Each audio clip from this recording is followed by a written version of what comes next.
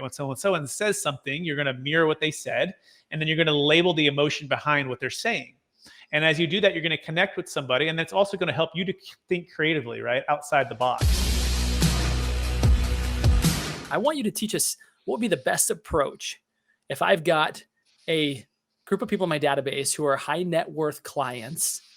What would you do leaving this episode to take that and begin to market yourself as somebody who can help them solve problems that other people aren't able to solve? What would be your recommendation there? Well, the first thing is you got to make sure you're asking questions of the client to uncover needs and challenges, right? I mean, that's the first thing, and make sure that your agenda is not about getting a listing or getting business. Your agenda is 100% what their challenges are. By the way, our company is called Capital Gains Tax Solutions with an S, because sometimes it's not just the Deferred Sales Trust. Sometimes it is the 1031 exchange or Delaware Statutory Trust or Donor Advised Fund or Charitable Remainder Trust or Opportunity Zones, or cost segregation through buying multifamily investments. So there is solutions, plural. And so as a real estate professional myself who is still selling properties, winning listings, I'll give you the deal story that I just did for our client. In fact, they get called by some of the best top brokers, and we've had relationships all the time. And I said, why did you list with me? And they said, Brett, because you actually solved our problem. We were selling for them a $2.5 million, 15-unit multifamily property outside of Sacramento in Placerville. And they had done a 1031 exchange from a duplex in Manhattan Beach to this property about 10 years ago. Now, their NOI was about $120,000. And when they bought it was $1.2 million. Now the property has doubled in value. Their NOI went from, let's say, probably 90 to 120 over those years, right? But still, their cash flow is about 4.5%, or the return on equity is about 4.5%. So we did an analysis which said, hey, what if we could increase your cash flow by 60%, which is the Deferred Sales Trust is going to be able to do?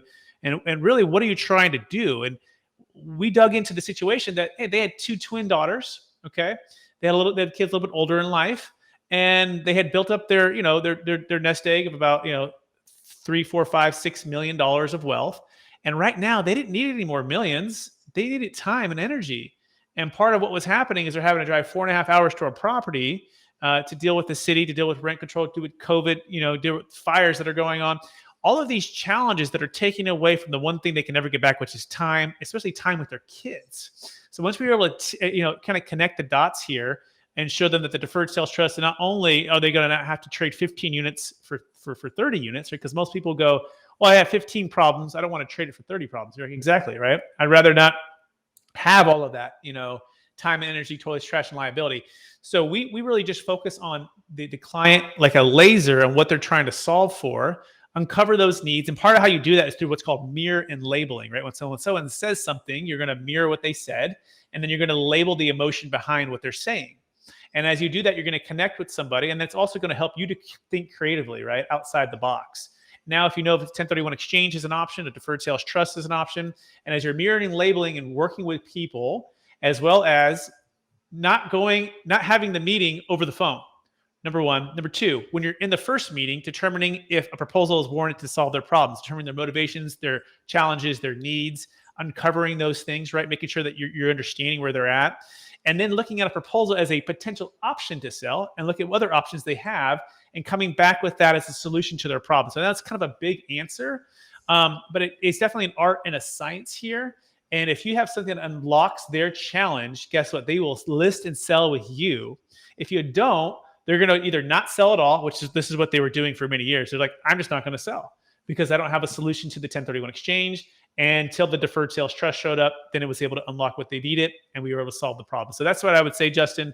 Keep an open mind, but have the skill set and have the people to be able to call on, because we don't need more ideas or solutions. We actually just need more people. The people have all the ideas and solutions. And at first, you want to connect and partner with us. And then eventually you can be speaking these 1031 exchanges, these Deferred Sales Trusts, mostly on your own.